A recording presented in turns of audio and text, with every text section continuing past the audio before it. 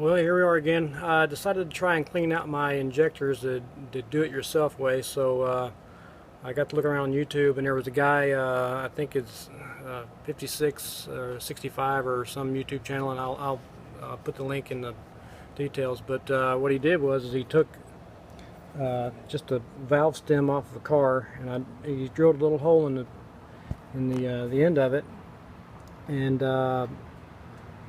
into the cap. Of course, took the valve out, and then put it on the end of here. So just ran the straw through the end of the cap, and he just puts that on the just pushes on the end of the ejector, and fits on there just perfect. And I have a power supply for 12 volts and just a couple of alligator clips. Stick them on there and just blow it through there, and seems to work just fine. I already took the fuel rail off, and there's really only 4 screws holding the thing on there on the top. And it's not really that hard to get off. I didn't worry about showing it. But the one thing you want to do before you disconnect your fuel lines to the fuel rail is go to the back of the car and take the fuel cap off, because fuel pressure in the tank will just continue to push gas out of this thing, and you'll get a big mess. And then you can ask me how I know that. So even if you let the pressure off here, pressure as being warm down here in Houston, pressure in the heat will cause pressure in the fuel tank, so it'll just push out continuously.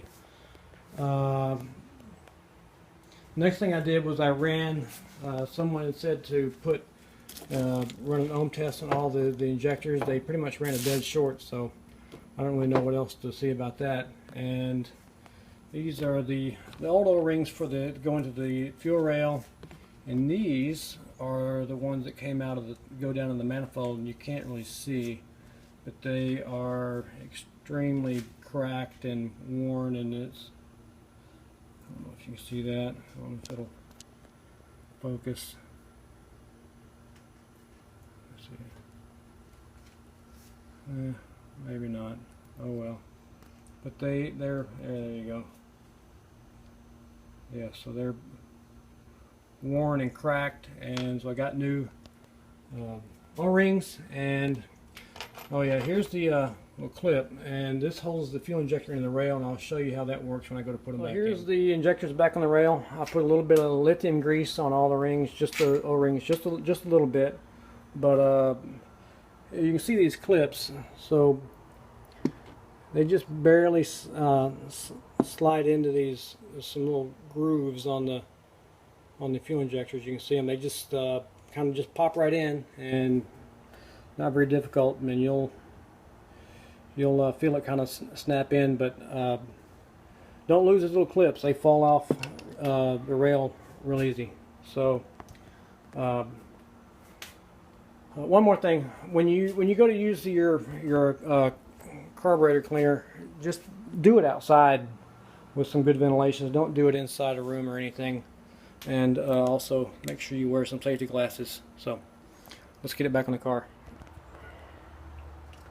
Alright, it's all back on, and it took a total of about 2 minutes to get the rail back on and get it plugged in. So it's really that easy. Let's start it up and see if it runs. Well, I didn't quite get the improvement I was looking for. It still runs kind of rough. So I think the next thing I'm going to do is replace the manifold pressure, absolute pressure sensor. I can unplug it, plug it back in. It doesn't seem to make any difference. I'm going to see if that's broke, but it leads me to believe there's probably other sensors around that aren't working properly. Next time.